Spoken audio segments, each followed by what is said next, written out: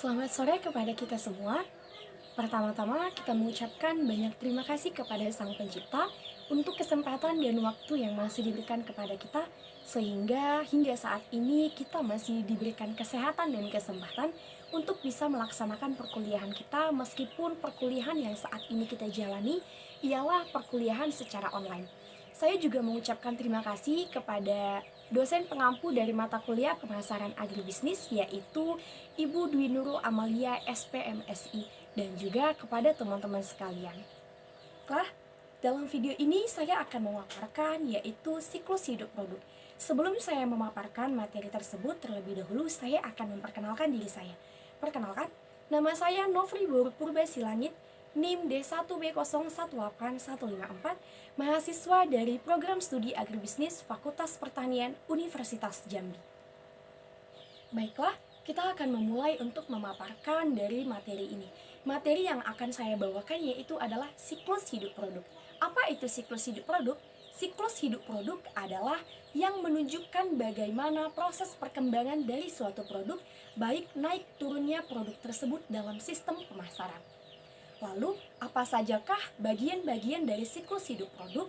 Yang pertama ialah tahap penemuan produk. Yang kedua adalah tahap perkenalan produk tersebut. Yang ketiga adalah tahap pertumbuhan dari produk. Yang keempat adalah tahap kedewasaan dari produk. Dan yang kelima ataupun yang terakhir adalah tahap penurunan. Baiklah, saya akan memaparkan kelima dari tahapan-tahapan siklus hidup produk. Yang pertama adalah tahap penemuan produk, di mana tahap penemuan produk ini merupakan penuangan ide ataupun gagasan dan pendapat mengenai produk apa yang nantinya akan diluncurkan yang sesuai dengan minat masyarakat, sehingga pemasaran dari produk tersebut bisa meningkat setiap perkembangannya.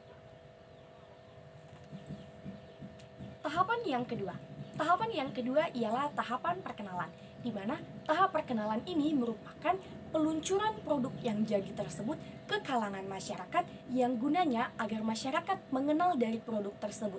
Ciri-ciri dari tahap perkenalan ini ialah dilakukannya banyak promosi untuk pengetahuan masyarakat terhadap produk yang baru diciptakan. Yang kedua yaitu adalah omset dari produksi ini masih sangat rendah.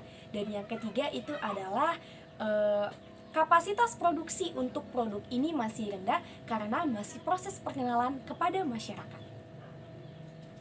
Baiklah, sekarang kita masuk ke dalam tahap yang ketiga.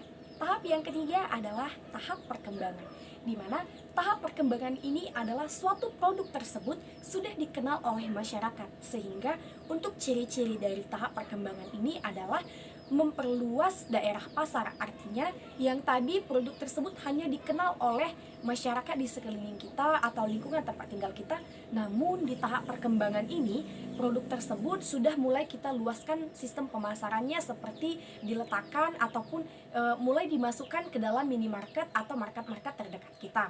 Lalu yang kedua itu adalah omset dari pemasaran ini tentu lebih meningkat dibanding dari tahap sebelumnya. Dan juga untuk kapasitas produksi dari proses ini akan lebih jauh meningkat dibanding dengan tahap sebelumnya karena produk tersebut sudah dikenal oleh masyarakat. Baiklah, saat ini kita akan masuk ke dalam tahap yang keempat.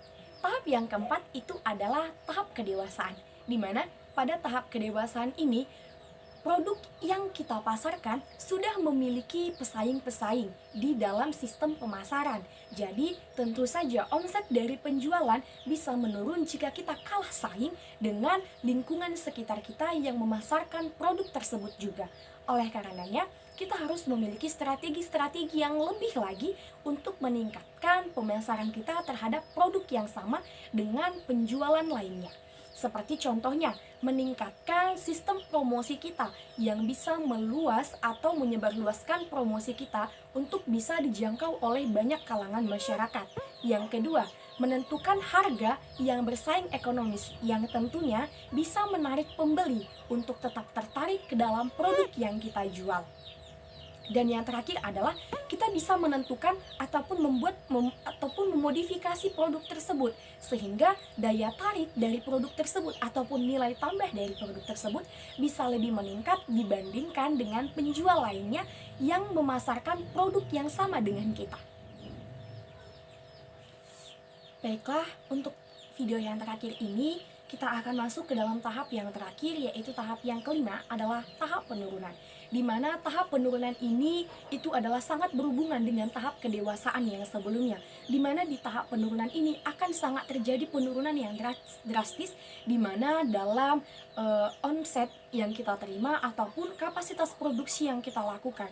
Dikarenakan apa? Karena kita belum mampu bersaing di dunia pemasaran meski dalam produk yang sama dengan para penjual lainnya.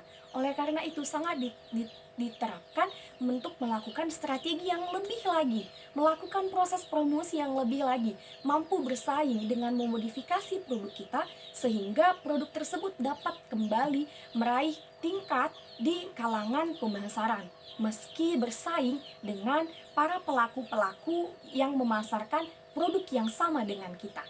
Oleh karena tersebut, di sini dibutuhkan sekali strategi untuk meningkatkan, karena pada tahap dari penurunan ini, omset yang kita terima itu sangat jatuh dan bahkan bisa menyebabkan kerugian yang sangat tinggi jika kita tidak melakukan strategi ataupun meningkatkan sistem pemasaran kita terhadap produk yang kita kembangkan. Baiklah, demikian pemaparan materi dari siklus hidup produk yang bisa saya tangkap dari pelajaran hari ini, yaitu pada mata kuliah pemasaran agribisnis. Terima kasih.